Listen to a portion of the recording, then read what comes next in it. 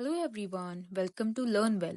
Today we will discuss our next topic IRDA Act. In the introduction part, IRDA means Insurance Regulatory and Development Authority of India, which was established on the recommendation by the Malhotra Committee in its report. IRDA Act सबसे पहले 1999 में आया था और इसका नए name था सारे इंश्योरेंस के रिलेटेड लाइक लाइफ इंश्योरेंस और नॉन लाइफ इंश्योरेंस को एक तरह से रेगुलेट करना।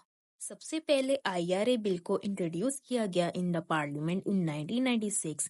Later on, the bill was retitled as IRDA and introduced again in 1999. IRDA का क्या मिशन था? पहला, पॉलिसी होल्डर के इंटरेस्ट को प्रोटेक्ट करना। दूसरा, इंश्योरेंस इंडस्ट्री की ग्रोथ होती रहे। आईआरडीए एक ऑटोनोमस बॉडी है, जितने में इंश्योरेंस इंडस्ट्रीज हैं उसे रेगुलेट करती हैं। आईआरडीए के क्या क्या मेन ऑब्जेक्टिव्स थे? पहला, पॉलिसी होल्डर्स के राइट एंड इंटरेस्ट को प्रोटेक्ट करना। दूसरा, इंश्योरेंस बिजनेस को पुश और प्रमोट करना और उन पर नजर रखना। तीसरा, इंश्योरेंस सेक्टर में किसी फ्रॉड और माल प्रैक्टिस को रोकना। चौथा, इंश्योरेंस मार्केट को ट्रांसपेरेंट रखना। पांचवा, रूल्स एंड रेगुलेशन को प्रॉपरली फॉलो करना। Next, we will discuss the provisions of IRDA act. First, member of authority. यह 10 मेंबर्स का ग्रुप होता है जिसमें एक chairperson, 5 all time members, 4 part time members होते हैं एंड इन सब को सेंट्रल गवर्नमेंट द्वारा अपॉइंट किया जाता है। जिन्हें हमें अपॉइंट करेंगे उनमें एबिलिटी होनी चाहिए और फुल नॉलेज भी होनी चाहिए। आईआरडीए के current president mister Debasis Pandey हैं। Headquarter of IRDA is situated in Hyderabad. Second provision of IRDA Act is tenure of office of chairperson and members. Time period कितना होगा इन मेंबर्स का? 5 years from the date on which he enters और 65 years से ज्यादा वाले नहीं कर सकते हैं। जो पार्ट टाइम मेंबर्स हैं वो 5 years से ज्यादा नहीं होल्ड कर सकते। Third, removal from the office. Central government द्वारा ही रिमूव किया जाता है। अगर किसी को अपॉइंट किया है तो उन्हें रिमूव भी कर सकते हैं। किन किन केसेस में रिमूव कर सकते हैं? लाइक फिजिकली और मेंटली ठीक नहीं है। सेकंड, इंसॉल्वेंट हो जाता है। थर्ड, इनकैपेबल हो जाता है या फिर कोई कन्विक्ट है। फोर्थ, अगर इलीगल एक्टिविटीज कर रहा है तो सेंट्रल गवर्नमेंट के पास फुल राइट है उस पर्सन को रिमूव करने का ताकि स्मूथ फंक्शनिंग होती रहे।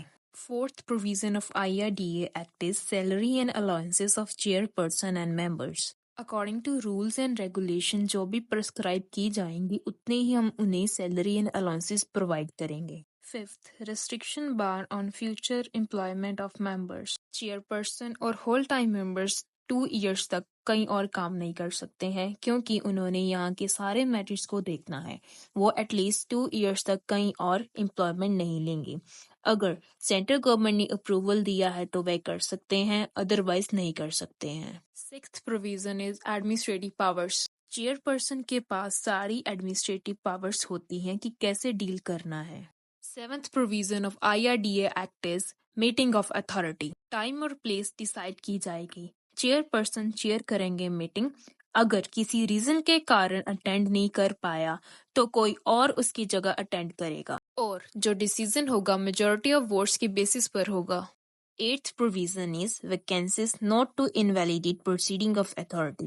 No act or proceeding of authority shall be invalid merely by the reason of first, authority की कॉन्स्टिट्यूशन में कोई डिफेक्ट था। सेकंड, मेंबर की अपॉइंटमेंट में कोई डिफेक्ट था। थर्ड, अथॉरिटी का जो प्रोसीडर था वो इरेगुलर था। इस वजह से कोई भी प्रोसीडिंग इनवैलिड हो सकती है। Ninth provision is officer and employment of authority. In IRDA act authority में appoint officer and other employees जैसे उसको ठीक लगे।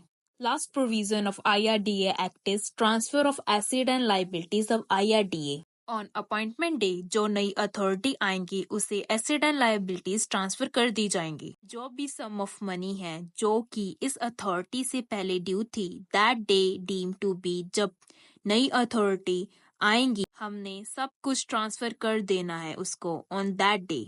और इस क्वेश्चन में हमें ड्यूटीज पावर एंड फंक्शन के बारे में भी पूछा जा सकता है। तो ड्यूटीज पावर एंड फंक्शन में क्या लिखेंगे हम? First, issue of certificate. Second, protection of interest. Third, specifying code of conduct. Fourth, promoting efficiency. Fifth, living fees. Sixth, calling for information. Seventh, control and regulation. 8th, maintenance of books of account. And the last one is other regulations. The authority shall have the duty to regulate, promote growth of insurance business or reinsured business. The power and function of authority shall include first, issue of certificate. First, duty क्या है authority की certificate issue करना regarding any registration modify and amendment. Second is protection of interest. जो policy holder हैं उनके interest को protect करना उनका काम होता है. Third, specifying code of conduct. Code of conduct और रूल्स क्या होंगे यह बताना जो सबने फॉलो करने हैं. Fourth, promoting efficiency. पूरे बिजनेस में एफिशिएंटली वर्क होता रहे यह भी इनका काम होता है. फिफ्थ, लिविंग फी. अगर कोई फी फाइन पेनल्टी लगानी है तो भी यह काम करते हैं. Six, calling for information. कोई भी इंफॉर्मेशन चाहिए पॉलिसी होल्डर से यह ले सकते हैं. अगर उन्हें कोई इंफॉर्मेशन चाहिए तो मंगवा सकते हैं. Seventh, control and regulation. सब काम कंट्रोल एंड रेगुलेशन के हिसाब से करेंगे. सारी टर्म्स एंड कंडीशन फॉलो की जाए यह भी ध्यान में रखेंगे. Eighth, maintenance of books of account. Books of accounts को मेंटेन करके रखेंगे ताकि अगर कभी जरूरत पड़े तो वह देख सकते हैं. Last one is other regulations. IRDA के पास और भी पावर्स होती हैं जैसे कि supervising the functioning. Second is specifying the percentage of premium. Third is specifying the percentage of life insurance business to undertaken by the insurer in the rural or the social sector. In the end, what are the roles of central government? पहला, किसी भी तरीके के rules बना सकती है. दूसरा, अगर डिफिकल्टी आ रही है तो उसे रिमूव करने में हेल्प कर सकते हैं. थर्ड, अगर उन्हें लगता है कि कोई और लॉ अप्लाई करने की जरूरत है तो वह वो भी कर सकते हैं. नेक्स्ट, अगर पावर किसी को डेलीगेट करने की जरूरत है तो वह वो भी कर सकते हैं. नेक्स्ट, पॉलिसी होल्डर के इंटरेस्ट को प्रोटेक्ट करने के लिए काम कर सकती है. And in the end we will conclude our topic. IRDA act बहुत ही ज़्यादा इम्पोर्टेंट रोल प्ले करता है किसी भी इंश्योरेंस इंडस्ट्री को स्मूथली वर्क करने के लिए.